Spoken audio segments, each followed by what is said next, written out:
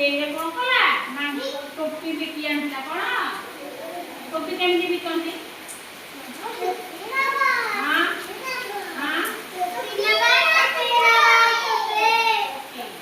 ନାଲି ଟୋପି, ନୀଳ ଟୋପି, କଳା ଟୋପି ହେଲା।